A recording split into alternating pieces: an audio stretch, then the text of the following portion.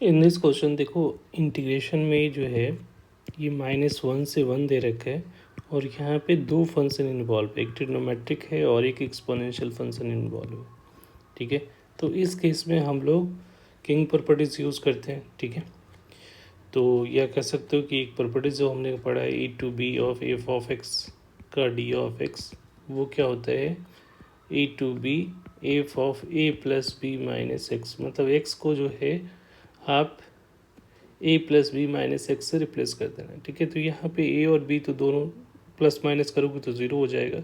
इसका मतलब है कि यहाँ जो x का रिप्लेसमेंट होगा वो -x से कर देना है। ठीक है, तो ये i जो हो गया अब क्या हो जाएगा -1 से 1 और ये cos अल्फ़ा -x करोगे।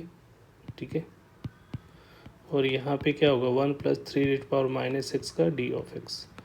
अब इसको सिंप्लीफाई करोगे तो ये क्या वैल्यू आएगी -1 से 1 और कॉस माइनस थीटा जो होता है कॉस थीटा ही होता है, तो माइनस से कोई फ़र्क नहीं पड़ेगा, तो कॉस अल्फ़ा एक्स ही रहेगा ये। और यहाँ पे क्या हो जाएगा, ये माइनस है तो नीचे में आके एलसीएम लोगे तो ये 3x + 1 और ये जो 3x नीचे वाला जो होगा वो प्रोडक्ट में ऊपर में चला जाएगा डी ऑफ एक्स। अब इसी को इक्वेशन 1 बना लिया, इसको इक्वेशन 2 और इन दोनों को ऐड कर लो। ठीक है, इक्वेशन 1 प्लस इक्वेशन 2 को ऐड किया तो यहाँ से हम लोग को क्या मिलेगा 2i इक्वल टू -1 to 1।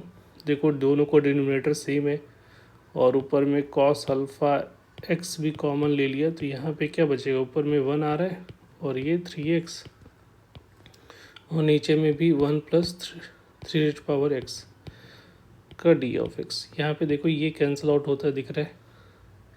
अब यहाँ पे जो आ रहा है 2i इक्वल टू क्या आ रहा है -1 से 1 कॉस अल्फ़ा एक्स का डी ऑफ एक्स। और ये देखो ये इवन फंक्शन है, तो चाहो तो आप 2 टाइम्स लिख सकते हो क्योंकि कॉस अल्फ़ा एक्स एक इवन फंक्शन है, तो हम लोग इसको ऐसे लिख सकते हैं, हाँ 2 times 0 to 1 cos alpha x का डी ऑफ एक्स। ठीक है, तो यहाँ से 2 से 2 ये कैंसिल आउट हो गया, तो आई की जो वैल्यू आएगी वो साइन अल्फ़ा एक्स और जो इसके कोफिशिएंट में होता है उससे डिवाइड कर देते हैं और 0 से 1।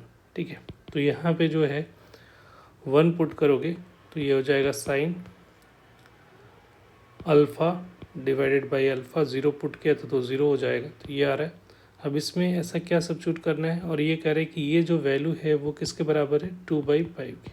तो पहले तो साइन को हटाने के लिए हम लोग को अल्फ़ा की वैल्यू क्या पुट करना पड़ेगा, तो अल्फ़ा की वैल्यू पुट करना पड़ेगा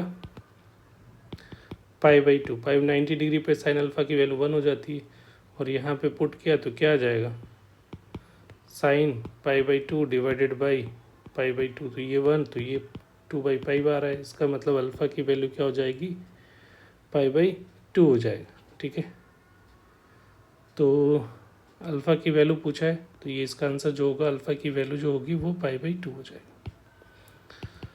आई होप क्लियर हो गया होगा। Thank you.